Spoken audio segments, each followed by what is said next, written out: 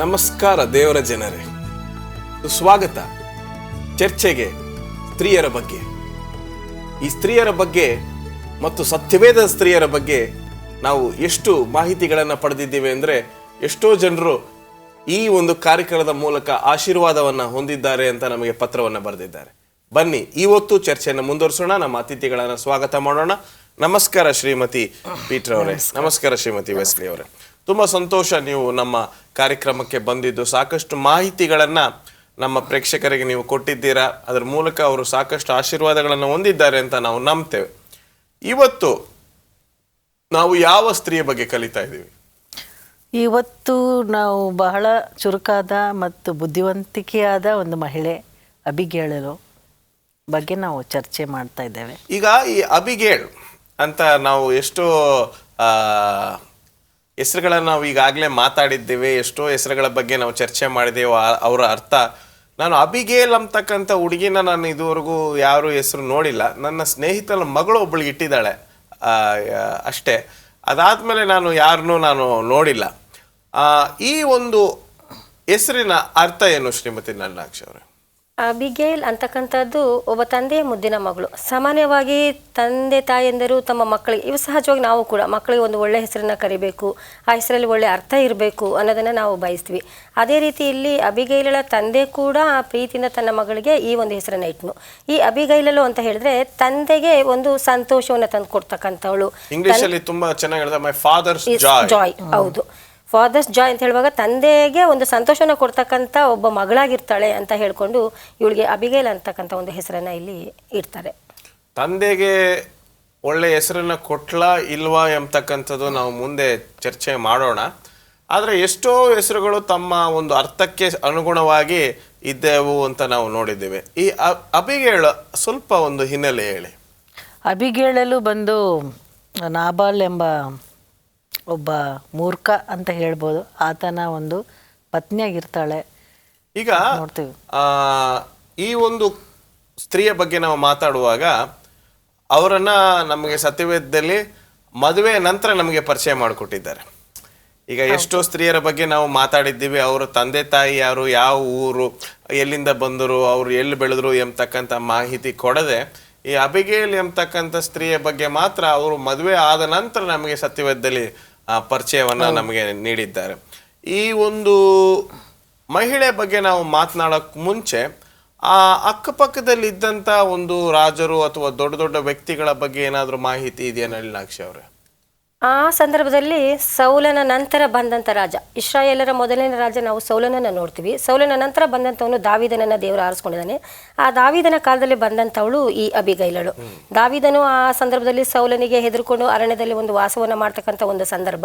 ಆ ಸಂದರ್ಭದಲ್ಲಿ ಈ ಅಬಿಗೈಲಳು ನಾಬಾಲ್ ಅಂತಕ್ಕಂಥ ವ್ಯಕ್ತಿಯ ಒಂದು ಹೆಂಡತಿಯಾಗಿ ಇಲ್ಲಿ ಅವಳು ಜೀವನವನ್ನು ನಡೆಸ್ತಾರೆ. ದಾವಿದ ಆಗಿನ ಕಾಲದಲ್ಲಿ ಒಂದು ತುಂಬಾ ಶ್ರೇಷ್ಠವಾಗಿರ್ತಕ್ಕಂಥ ರಾಜ. ನಾವು ಮುಂದೆ ಕೂಡ ಅರಸರ ಬಗ್ಗೆ, ಸತ್ಯವೇದದ ಒಂದು ಅರಸರ ಬಗ್ಗೆ ಒಂದು ಕಾರ್ಯಕ್ರಮವನ್ನು ಮಾಡಬೇಕು ಅಂತ ನಾವು ಇನ್ನೂ ಯೋಚನೆ ಮಾಡ್ತಿದ್ದೇವೆ. ಆದರೆ ಈ ದಾವಿದನು ಅಂತ ನಾನು ಒಂದು ಹೆಸರನ್ನು ತಗೊಂಡಾಗ ದೇವರ ದಾವಿದ ಕುಮಾರನು ಅಂತ ಯೇಸು ಸ್ವಾಮಿನ ಕರಿತೀವಿ. ಎಷ್ಟು ಒಂದು ಹೆಮ್ಮೆಯ ಒಂದು ಹೆಸರು. ಸೊ ದಾವಿದ್ದು ಇದ್ದಂಥ ಒಂದು ಸನ್ನಿವೇಶದಲ್ಲಿ ನಮ್ಮ ಚರ್ಚೆಯ ಸ್ತ್ರೀ ಅದು ಅಬಿಗೇಲ್ ಬರ್ತಾಳೆ ಅಲ್ವೇ? ಅಬಿಗೇಳಲು ಆ ಒಂದು ಕಾಲದಲ್ಲೇ ಇದ್ಲು. ಭಾಳ ಸುಂದರತಿ ಅಂತ ಹೇಳ್ಬೋದು, ಸುಂದರವಾಗಿದ್ಲು ಮತ್ತು ಭಾಳ ಕ್ಲೆವರ್, ತುಂಬ ಒಂದು ವಿಷಯವನ್ನ ನಾನು ಕುತೂಹಲದ ವಿಷಯ ನಾನು ನಿಮಗೆ ಇಲ್ಲಿ ಹೇಳಲಿಕ್ಕೆ ಇಷ್ಟಪಡ್ತೇನೆ. ಈ ಹಳೆ ಒಡಂಬಡಿಕೆಯಲ್ಲಿ ನಾವು ಯಾವ್ಯಾವ ಸ್ತ್ರೀಗಳ ಬಗ್ಗೆ ನಾವು ಮಾತಾಡಿದ್ದೀವೋ ಎಲ್ಲರೂ ಸುಂದರಿಯರು, ಎಲ್ಲರೂ ಅತಿ ಸುಂದರಿಯರು ಅಂತ ಹೇಳ್ಬೋದು. ಯಾಕೆಂದ್ರೆ ಸತ್ಯವೇದ ಹೇಳ್ತಕ್ಕಂಥ ಸತ್ಯವೇದ ಸುಳ್ಳು ಹೇಳೋದಿಲ್ಲ. ಸತ್ಯವೇದ ಹೇಳುತ್ತಾ ಅವಳು ಅತಿ ಸುಂದರಿ ಅಂದರೆ ನಾವು ಖಂಡಿತವಾಗ್ಲೂ, ನಾನು ತುಂಬ ವರ್ಷಗಳಿಂದ ಕೇರಳನಲ್ಲಿ ಇರ್ತಕ್ಕಂಥ ಜೂಯಿಷ್ ಟೌನ್ಗೆ ಹೋಗಿದ್ದೆ. ಅಲ್ಲಿ ಒಂದು ಜೂಯಿಷ್ ಹುಡುಗಿಯನ್ನು ನಾನು ನೋಡಿದೆ. ಅಷ್ಟು ಚೆನ್ನಾಗಿದ್ಲು ಅವಳು. ಅಷ್ಟು ದೇವರು ಅವರ ಒಂದು ಸಂತಾನದಲ್ಲಿ ಬಂದರು ಅಥವಾ ಅವರ ಒಂದು ಕುಟುಂಬದಲ್ಲಿ ಬಂದಿದ್ದಾರೆ ಅಂತ ಕೇಳಿದಾಗ ಖಂಡಿತವಾಗ್ಲೂ ಯೇಸು ಸ್ವಾಮಿ ಎಷ್ಟು ಸುಂದರಾಗಿದ್ರು ಅಂತ ನಾವು ಅದ್ರ ಮೂಲಕ ತಿಳ್ಕೊಬೋದು. ಸೊ ಅಬಿಗೇಳಲು ತುಂಬ ಸುಂದರಿ ಅಲ್ವಾ? ಬಹಳ ಸುಂದರ ಆಗಿರ್ತಾಳೆ ಮತ್ತು ಅದೇ ಸುಂದರಿಯಾಗಿದ್ದು ಮತ್ತು ಭಾಳ ಬುದ್ಧಿವಂತಿಕೆಯೂ ಆಗಿದ್ಲು ಅಂತ ನೋಡ್ತೇವೆ. ಇದು ಈ ಸುಂದರತೆ ಮತ್ತು ಬುದ್ಧಿವಂತಿಗೆ ಎರಡು ಎಲ್ರಿಗೂ ಬರೋದಿಲ್ಲ ಅಂತ ನಾನು ಕೇಳಲ್ಪಟ್ಟಿದ್ದೀನಿ. ತುಂಬಾ ಸುಂದರಿಯಾಗಿದ್ದಾಳೆ, ಅವಳ ಬುದ್ಧಿ ಸರಿ ಇಲ್ಲ ಅಂತಾರೆ, ಅಥವಾ ಬುದ್ಧಿವಂತಲು ಅದು ತುಂಬಾ ನೋಡಕ್ ಅಷ್ಟೇನು ಸುಂದರಿ ಇಲ್ಲ ಅಂತಾರೆ. ನಿಮ್ಮ ಅನಿಸಿಕೆ? ಇರ್ಬೋದು ಅನ್ಸುತ್ತೆ ಪಾಸ್ಟ್ರೆ. ಯಾಕೆ ಅಂತಂದರೆ ಈ ಬಾಹ್ಯ ಸೌಂದರ್ಯ ಮತ್ತು ಅಂತರಂಗದ ಸೌಂದರ್ಯ ಎರಡೂ ಕೂಡ ಒಟ್ಟಿಗೆ ಬರಲಿಕ್ಕೆ ಸ್ವಲ್ಪ ಕಷ್ಟನೇ. ಆದರೆ ಇಲ್ಲಿ ಅಪರೂಪದ ಸಂಗತಿ, ಇಲ್ಲಿ ನಮ್ಮ ಅಬಿಗೈಲಳು, ನಮ್ಮ ಈ ಚರ್ಚೆಯ ಒಬ್ಬ ನಾಯಕಿ, ಅವಳು ಎರಡು ಸೌಂದರ್ಯವನ್ನು ಹೊಂದ್ಕೊಂಡಿದ್ಲು. ಹೊರನೋಟಕ್ಕೂ ಸುಂದರವಾಗಿದ್ಲು, ಜೊತೆಗೆ ಅವಳ ಅಂತರಂಗದ ಸೌಂದರ್ಯ ಕೂಡ ತುಂಬ ಚೆನ್ನಾಗಿತ್ತು ಅನ್ನೋದನ್ನು ಸತ್ಯವೇದ ನಮಗೆ ಇಲ್ಲಿ ತಿಳಿಸ್ಕೊಡ್ತಾ ಇದೆ. ಇನ್ನೊಂದು ತುಂಬ ಮುಖ್ಯವಾಗಿರ್ತಕ್ಕಂಥ ವಿಷಯ, ಅವಳು ಮದುವೆ ಆಗಿದ್ಲು ಅಂತ ನಮ್ಗೆ ಗೊತ್ತಾಗಿದೆ, ಆದರೆ ಆ ಒಂದು ಬುದ್ಧಿವಂತಲಾಗಿದ್ಲು. ಬುದ್ಧಿವಂತಲು ಅಂತ ನಾವು ಹೇಳಿದಾಗ ಬುದ್ಧಿಯ ವಿಚಾರವಾಗಿ ಹೇಳ್ತದೆ. ಗಂಡನಿಗಿಂತ ಬುದ್ಧಿವಂತಲಾಗಿದ್ಲು ಎಂಬತಕ್ಕಂಥ ವಿಚಾರವನ್ನು ನಾವು ಇನ್ನೂ ಚರ್ಚೆ ಮಾಡಕ್ಕೆ ಹೋಗ್ತಾ ಇದ್ದೀವಿ. ಅಬಿಗೇಲ್ ಎಂಬತಕ್ಕಂಥ ಸ್ತ್ರೀಯನ್ನು ನಾವು ತೆಗೆದುಕೊಂಡಾಗ ಮೊದಲನೇದಾಗಿ ನಾವು ಮರಿಬಾರ್ದಾಗಿರ್ತಕ್ಕಂಥ ವಿಷಯ, ಅವಳು ಸುಂದರತಿ, ರೂಪವತಿ, ಬುದ್ಧಿವಂತಳು, ದಾವೀದನ ಒಂದು ಸಮಯದಲ್ಲಿ ಇದ್ದಂಥ ವ್ಯಕ್ತಿ. ಆಮೇಲೆ ಅವಳು ನಾಬೇಲ್ ಎಂಬತಕ್ಕಂಥ ಸಿರಿಮಂತನನ್ನ ಮದುವೆ ಆಗಿದ್ಲು ಅಲ್ವೇ? ಹೌದು. ಆಕೆ ಸಂತೋಷವಾಗಿದ್ಲು ಏನೋ ಗೊತ್ತಿಲ್ಲ, ಆದರೆ ಆತನ ಒಂದು ಮಡದಿಯಾಗಿ ಮತ್ತು ಕೆಲವು ಸರಿ ಅವಳು ನಿರಾಶೆ ಹೊಂದಿರ್ಬೋದು ಜೀವನದಲ್ಲಿ. ಅವನು ಅಷ್ಟು ಬುದ್ಧಿವಂತನಾಗಿರ್ಲಿಲ್ಲ, ಮೂರ್ಖನು ಅಂತಾನೆ ನಮಗೆ ತಿಳಿಸಿ ಬರ್ತದೆ. ಆದ್ರೆ ಐಶ್ವರ್ಯ ಇತ್ತಲ್ಲ, ಐಶ್ವರ್ಯ ಅವನಿಗೆ ಸಾಕಷ್ಟು ಸಾವಿರಾರು ಕುದುರೆ, ಕತ್ತೆ, ಏನೇನೋ ಸತ್ಯವೇದದಲ್ಲಿ ಬರ್ದಿದೆ. ಅವನು ತುಂಬಾ ಐಶ್ವರ್ಯವಂತರು, ಸಾಹುಕಾರರು ಅಲ್ವೇ, ಮತ್ತು ಐಶ್ವರ್ಯವರು ಸಂತೋಷವಾಗಿರ್ತಾರ ಅಲ್ವೇ ನಳಿನಾಕ್ಷಿ ಅವರೇ? ಸಾಮಾನ್ಯವಾಗಿ ತಂದೆ ತಾಯಿಗಳು ಹೆಣ್ಮಕ್ಳನ್ನ ಮದುವೆ ಮಾಡಬೇಕು ಅಂತ ಹೇಳುವಾಗ ಹೊರನೋಟಕ್ಕೆ ನಾವೇನನ್ನ ನೋಡ್ತೀವಿ, ಒಬ್ಬನೇ ಮಗನಾಗಿದ್ದಾನೆ, ಒಳ್ಳೆ ಐಶ್ವರ್ಯ ಇದೆ, ಆಸ್ತಿ ಪಾಸ್ತಿ ಚೆನ್ನಾಗಿದೆ, ನಮ್ಮ ಮಗಳು ಚೆನ್ನಾಗಿರ್ತಾಳೆ, ಇನ್ನೇನು ಬೇಕು, ಇದಕ್ಕಿಂತ ಹೆಚ್ಚಿಗೆ ಇನ್ನೇನು ಬೇಕಾಗಿದೆ ಅಂತಕ್ಕಂಥದ್ದು ಸಹಜವಾಗಿ ಬರ್ತಕ್ಕಂಥ ಒಂದು ಆಸೆ. ಅದೇ ರೀತಿ ಬಹುಶಃ ತಂದೆ ತಾಯಿಗಳು ಕೂಡ ಮುದ್ದಿನಿಂದ ಬೆಳೆಸಿದ್ರು, ತಂದೆಗೆ ಸಂತೋಷನ ಕೊಡ್ತಕ್ಕಂಥವಳು ಅಂತ. ನಾನು ನಿಮ್ಮ ಹತ್ರ ಒಂದು ಪ್ರಶ್ನೆ ಕೇಳ್ತೀನಿ, ನಿಮ್ಮಿಬ್ಬರ ಹತ್ರ ಐಶ್ವರ್ಯವಂತರು ಸಂತೋಷವಾಗಿರ್ತಾರ ಇಲ್ವಾ? ನಿಮ್ಮ ಒಳ್ಳೆ ಕಷ್ಟದ ಪ್ರಶ್ನೆ ಕೇಳ್ಬಿಟ್ಟಿದಾರಪ್ಪ ಅಷ್ಟೇ. ಇರ್ಬೋದು, ಇಲ್ದೇನು ಇರ್ಬೋದು. ಇಲ್ಲ, ಯಾಕೆಂದ್ರೆ ಸ್ವಲ್ಪ ಐಶ್ವರ್ಯ ಅಂತ ಹೇಳುವಾಗ ಐಶ್ವರ್ಯದ ಒಂದು ಮದ, ಅಹಂಕಾರ, ಜಂಬ, ಇದರಿಂದ ಸ್ವಲ್ಪ ಸಹಜವಾಗಿ ಸ್ವಲ್ಪ ಕಮ್ಮಿನೇ ಅನ್ಸುತ್ತೆ. ಅವರನ್ನ ನಂಬ್ಕೊಂಡು ಐಶ್ವರ್ಯವಂತರು ಸಂತೋಷವಾಗಿದ್ದಾರಾ ಇಲ್ವಾ ಅಂತ ನೀವು ಯೋಚನೆ ಮಾಡಿ ಒಂದು ಸಣ್ಣ ವಿರಾಮದ ನಂತರ ನನಗೆ ಉತ್ತರವನ್ನ ಕೊಡಿ. ಅಬಿಗೇಲ್ ಜೀವನದ ಬಗ್ಗೆ ನಾವು ಇನ್ನೂ ಸಾಕಷ್ಟು ಮಾಹಿತಿಗಳನ್ನ ಕೊಟ್ಟು ಚರ್ಚೆಯನ್ನು ಮುಂದುವರಿಸೋಣ. ಒಂದು ಸಣ್ಣ ವಿರಾಮಕ್ಕೆ ಹೋಗೋಣ. ಪ್ರಿಯ ವೀಕ್ಷಕರೇ, ಅಬಿಗೇಲ್ ಬುದ್ಧಿವಂತಳು, ಸಾಕಷ್ಟು ಬುದ್ಧಿಯನ್ನ, ಜ್ಞಾನವನ್ನ ಉಪಯೋಗಿಸಿದಂಥ ಒಂದು ಸ್ತ್ರೀ. ಅವಳ ಬಗ್ಗೆ ಇನ್ನೂ ಸಾಕಷ್ಟು ಮಾಹಿತಿಗಳನ್ನು ನೀಡ್ತಾ ಇದ್ದೀವಿ. ಆದರೆ ಒಂದು ಸಣ್ಣ ವಿರಾಮದ ನಂತರ ಪುನಃ ನಿಮ್ಮ ದೂರದರ್ಶನದ ಈ ಒಂದು ಚಾನೆಲ್ ಮೂಲಕ ಅವರನ್ನ ಭೇಟಿಯಾಗಿರಿ. ಬನ್ನಿ. ವೆಲ್ಕಮ್ ಬ್ಯಾಕ್ ಪ್ರಿಯ ವೀಕ್ಷಕರೇ. ಅಬಿಗೇಲ್ ಎಂಬತಕ್ಕಂಥ ಈ ಒಂದು ಸುಂದರವಾಗಿರ್ತಕ್ಕಂಥ ಸ್ತ್ರೀ ಬಗ್ಗೆ, ಬುದ್ಧಿಶಾಲಿಯಾಗಿರ್ತಕ್ಕಂಥ ಈ ಸ್ತ್ರೀ ಬಗ್ಗೆ ನಾವು ಚರ್ಚೆ ಮಾಡ್ತಿದ್ದೀವಿ. ಬನ್ನಿ ನಮ್ಮ ಚರ್ಚೆಯನ್ನು ಮುಂದುವರಿಸೋಣ. ಆಮೇಲೆ ಮದುವೆ ಆಯಿತು, ದಾವೀದನು ಇರ್ತಕ್ಕಂಥ ಒಂದು ಸಮಯದಲ್ಲಿ ಇವಳಿದ್ದಳು. ಕಥೆಯನ್ನು ಮುಂದುವರಿಸೋಣ, ಹೇಳಿ. ಈಕೆ ಇರುವಾಗ ರಾಜನಿಗೆ ಒಂದು ಸರಿ ಅರಣ್ಯಗಳಲ್ಲಿ ದಾವೀದನ ರಾಜನಿಗೆ ಭಾಳಷ್ಟು ಹಸಿವೆಯಾಗಿ ಸೈನಿಕರನ್ನು ಕಳಿಸುವಾಗ ನಾಬಲ್ ಹತ್ರ ಕಳಿಸುವಾಗ ನೀನು ನನಗೆ ಇದು ಏನಾದರೂ ಸರಿ ಸಹಾಯ ಮಾಡಬೇಕು, ಊಟವನ್ನು ಒದಗಿಸ್ಬೇಕು ಅಂತ ಹೇಳುವಾಗ ನಾಬಾಲನು ಭಾಳ ಲಕ್ಷ್ಯ ಇಲ್ಲದಂತೆ ಮಾತಾಡ್ತಾನೆ. ಯಾರದು ದಾವೀದನು, ಯಾರದು ಜೆಸ್ಸಿ ಅಂತ ಹೇಳಿ ತಿರಸ್ಕಾರದಿಂದ ಅದನ್ನು ಅವ್ರ ಲೆಕ್ಕಕ್ಕೆ ಗಮನಕ್ಕೆ ತೆಗೆದುಕೊಳ್ಳದೆ ಅವನು ಮಾತಾಡೋದನ್ನು ನೋಡಿ ಕೇಳಿಸ್ಕೊಂಡು ಸೈನಿಕರು ಅದೇ ರೀತಿಯಲ್ಲಿ ಬಂದು ದಾವೀದನಿಗೆ ಹೇಳ್ತಾನೆ. ಈಗ ನಿಜವಾಗ್ಲೂ ಅವನು ಮುಟ್ಟಾಳನೇ ಇರಬೇಕು. ಸತ್ಯವೇದ ಸುಳ್ಳು ಹೇಳೋದಿಲ್ಲ. ಆಮೇಲೆ ಕತೆ ಇರೋದಿಲ್ಲ ಸತ್ಯವೇದದಲ್ಲಿ. ನನ್ನ ಸಾಕಷ್ಟು ಜನ ಹೇಳ್ತಾರೆ ಸತ್ಯವೇದದಲ್ಲಿ ಒಂದು ಕತೆ ಹೇಳ್ರಿ ಅಂತ. ಸತ್ಯವೇದದಲ್ಲಿ ಕತೆ ಇಲ್ಲ.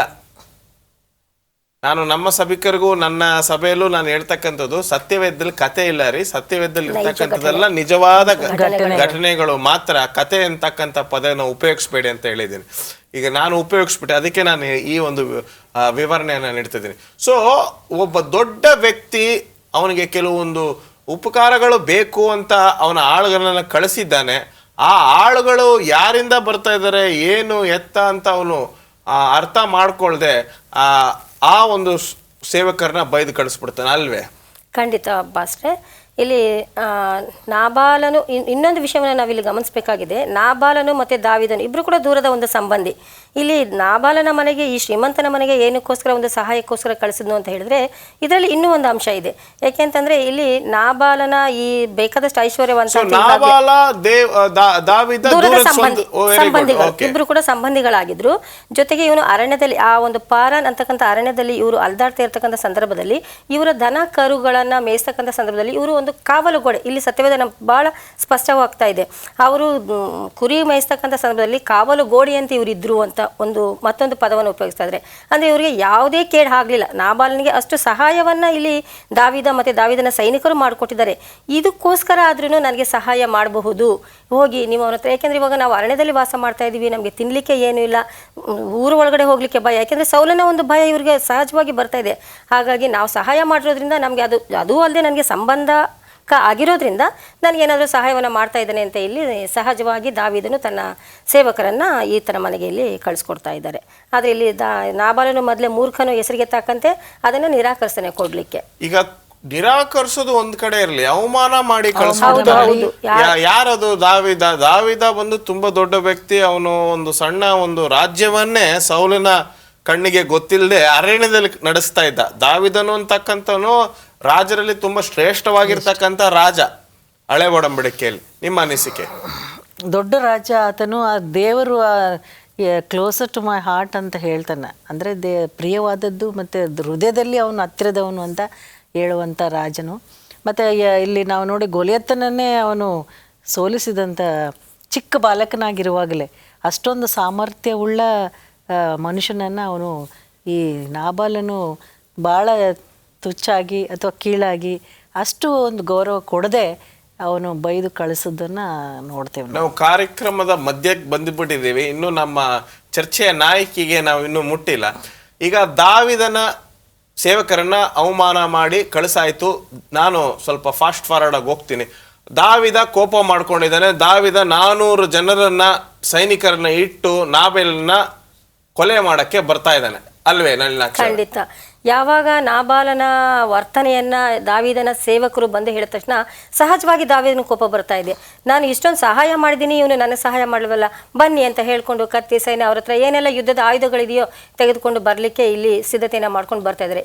ಯಾವಾಗ ಈ ವಿಷಯವನ್ನು ಈ ನಾಬಾಲನ ಜನಗಳಿಗೆ, ಕುರಿ ಕಾಯ್ತಕ್ಕಂಥ ಜನಗಳಿಗೆ ಗೊತ್ತಾದ ತಕ್ಷಣ ಅವರು ಈ ನಾಬಾಲನ ಹತ್ರ ಮಾತಾಡೋದು ಬುದ್ಧಿಹೀನ. ಯಾಕೆಂದ್ರೆ ಅವ್ನು ಮೊದಲೇ ಮೂರ್ಖನ, ಅವನ ಹತ್ರ ಏನು ಮಾತಾಡಿದ್ರು ಕೂಡ ಯಾವುದೇ ಪ್ರಯೋಜನ ಇಲ್ಲ.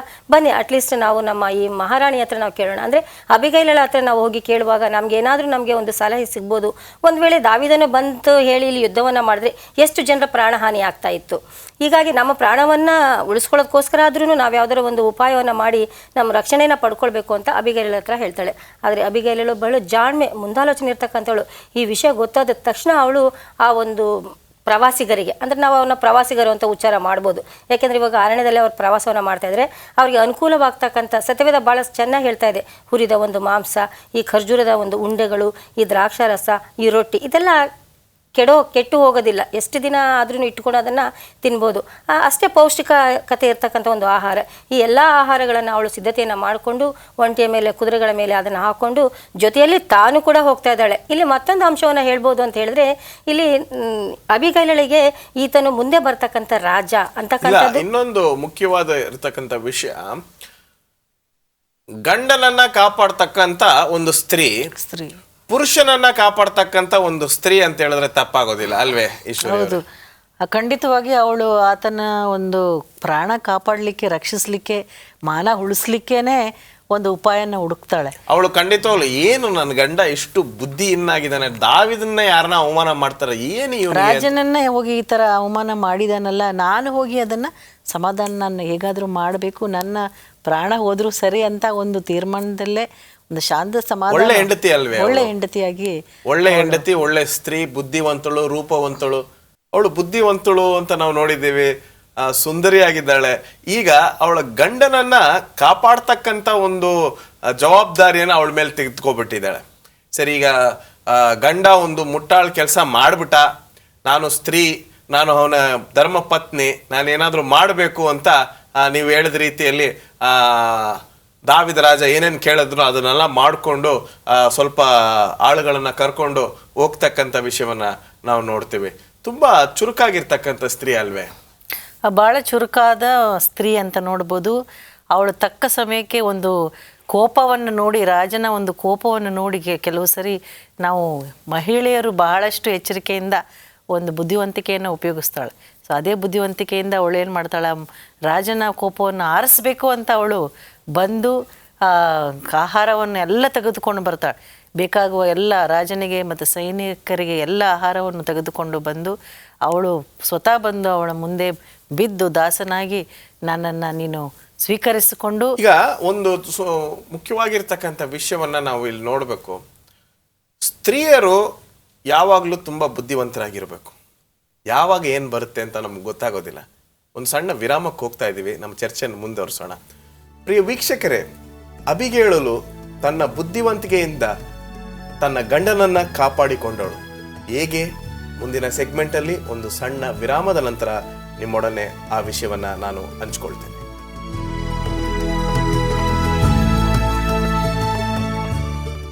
ವೆಲ್ಕಮ್ ಬ್ಯಾಕ್ ಪ್ರಿಯ ವೀಕ್ಷಕರೇ. ಶ್ರೀಮತಿ ನಳಿನಾಕ್ಷಿ ಅವರೇ, ಈಗ ಅಬಿಗೇಳಲು ರಾಜನು ಕೇಳಿರ್ತಕ್ಕಂಥ, ದಾವಿದ ರಾಜನು ಕೇಳಿರ್ತಕ್ಕಂಥ ಎಲ್ಲಾ ವಿಷಯಗಳನ್ನ ಕೆಲವು ಆಳುಗಳ ಮೂಲಕ ಅದನ್ನ ಕತ್ತೆ ಮೇಲೆ, ಕುದುರೆ ಮೇಲೆ ಎಲ್ಲ ತುಂಬಿಸ್ಕೊಂಡು ಹೋಗ್ತಾ ಇದ್ದಾಳೆ. ಅವಳ ಉದ್ದೇಶ ಏನಾಗಿರ್ಬೋದು? ಇಲ್ಲಿ ಹೆಣ್ಣು ಎಷ್ಟು ಸಮಯ ಪ್ರಜ್ಞೆಯನ್ನು ಇಟ್ಕೊಂಡ್ಳು ಅವಳು. ಇಲ್ಲಿ ದಾವೀದನು ಸಹಾಯವನ್ನು ಮಾಡಿ ಅಂತ ಹೇಳಿದ್ನು ಅಷ್ಟೇ. ಹೇಳಿದ ತಕ್ಷಣ ಅವ್ರ ಅಗತ್ಯ ಏನು ಬೇಕಿತ್ತೋ ಅದೆಲ್ಲವನ್ನ ತೆಗೆದುಕೊಂಡು ಇವಳು ಹೋದ್ಲು, ಜೊತೆಗೆ ತಾನು ಕೂಡ ಹೋದ್ಲು ಅಂತ ಇಲ್ಲಿ ಸತ್ಯವೇದ ಹೇಳ್ತಾ ಇದೆ. ಅಂತ ಹೇಳಿದ್ರೆ ಅವಳ ಒಂದು ಮುಂದಾಲೋಚನೆಯಲ್ಲಿ ನಾವು ತಿಳ್ಕೊಳ್ಬೋದು. ಹೋದ ತಕ್ಷಣ ಇಲ್ಲಿ ದಾವೀದನನ್ನು ಅಲ್ಲಿ ಕಂಡ ತಕ್ಷಣ ಅವಳು ಆ ವಾಹನದಿಂದ ಕೆಳಗಡೆ ಇಳಿದು ಅವಳಿಗೆ ತಲೆಯ ಮೇಲೆ ಒಂದು ಮುಸುಕನ್ನು ಹಾಕ್ಕೊಂಡು ನಮಸ್ಕಾರವನ್ನು ಮಾಡ್ತಾಳೆ.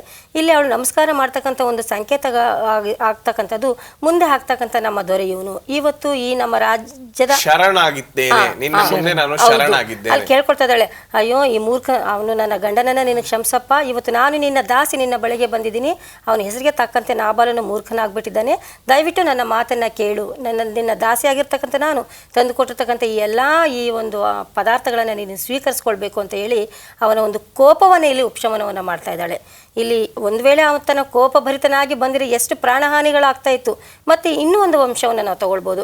ಇಲ್ಲಿ ದಾವೀದನು ರಾಜನ ಆಗ್ತಕ್ಕಂಥವನು ಈ ಕೋಪದಿಂದ ಅವನು ಸಿಡುಕಿನಿಂದ ಅವನ ಕೋಪದಿಂದ ಬಂದು ಇಲ್ಲಿ ಯುದ್ಧವನ್ನು ಮಾಡಿ ಆಗಿದ್ರೆ ಒಂದು ಪ್ರಾಣಹಾನಿ ಕೂಡ ನಷ್ಟ ಆಗ್ತಾ ಇತ್ತು. ಅಂದರೆ ಅವನ ಕೈ ರಕ್ತವನ್ನು ಚೆಲ್ತಾ ಇತ್ತು. ಆ ರಕ್ತದ ಕಲೆಯಿಂದ ಇವಳು ಮುಕ್ತಿಯನ್ನು ಅವನಿಗೂ ಕೂಡ ಕೊಡ್ತಾಳೆ, ಜೊತೆಗೆ ಇಲ್ಲಿ ತನ್ನ ಕುಟುಂಬವನ್ನು ಕೂಡ ಒಂದು ರಕ್ಷಣೆಯನ್ನು ಮಾಡಿಕೊಂಡು ಗಂಡನ ಒಂದು ತಪ್ಪನ್ನ ಇಲ್ಲಿ ಇವಳು ಹೆಂಡತಿ ಆದವಳು ಜಾಣ್ಮೆಯಿಂದ ಅದನ್ನ ಸರಿ ತೂಗಿಸ್ಕೊಂಡು ಹೋಗೋದನ್ನ ನಾವು ನೋಡ್ತಾ ಇದ್ದೀವಿ. ಸೊ ಇಲ್ಲಿ ಒಂದು ಸ್ತ್ರೀ ಎರಡು ಪುರುಷರನ್ನ ಕಾಪಾಡ್ತಾ ಇದ್ದಾಳೆ. ಒಂದು ತನ್ನ ಗಂಡನಾದ ನಾಬೆಲ್ನ ಅವನ ಮೂರ್ಖತನದಿಂದ ಒಂದು ಕೊಲೆ ಆಗುವ ಸಂದರ್ಭದಲ್ಲಿ ಅವನನ್ನ ಕಾಪಾಡ್ತಾಳೆ. ಇನ್ನೊಂದು ಸಂದರ್ಭದಲ್ಲಿ ದಾವಿದ ರಾಜನು ತನ್ನ ಕೈಗಳು ರಕ್ತದ ಕಲೆ ಆಗಬಾರದು ಎಂಬತಕ್ಕಂಥ ಉದ್ದೇಶದಲ್ಲಿ ದಾವಿದನನ್ನು ಕೂಡ ಆ ಕೋಪಕ್ಕೆ ಗುರಿ ಆಗಬಾರ, ನೀನು ನಾಳೆ ದಿನ ರಾಜನಾಗುವವನು, ದೇವರಿಂದ ಅಭಿಷೇಕ ಹೊಂದಿರತಕ್ಕಂಥ ಒಬ್ಬ ವ್ಯಕ್ತಿ, ನೀನು ಈ ದುಡುಕಬೇಡ, ನಾನು ತಗೊಂಬಂದಿದ್ದೀನಿ, ಅವನ್ನ ಕ್ಷಮಿಸ್ಬಿಡು ಅಲ್ವೇ? ಆಕೆ ಮಾಡಿದ್ದು ಭಾಳಷ್ಟು ಇದೇ ರೀತಿಯಲ್ಲಿ ಸಮಾಧಾನ ಪಡಿಸುವುದನ್ನು ನೋಡ್ತಾವೆ. ಭಾಳ ಚಾಣಕ್ಯತನದಿಂದ ಗಂಡನನ್ನು ಒಂದು ಕಡೆ ಕ್ಷಮೆಯನ್ನು ಕೇಳ್ತಾರೆ, ಮತ್ತು ಒಂದು ಕಡೆ ರಾಜನೂ ಸಹ ಅವನ ಒಂದು ಕೋಪವನ್ನು ಇಳಿಸುವುದನ್ನು ನೋಡೋದ್ರಿಂದ ಅವಳ ಒಂದು ಬುದ್ಧಿವಂತಿಕೆ ಮತ್ತು ಒಂದು ಶಾಂತ ಗುಣವನ್ನು ನಾವು ನೋಡ್ತೇವೆ.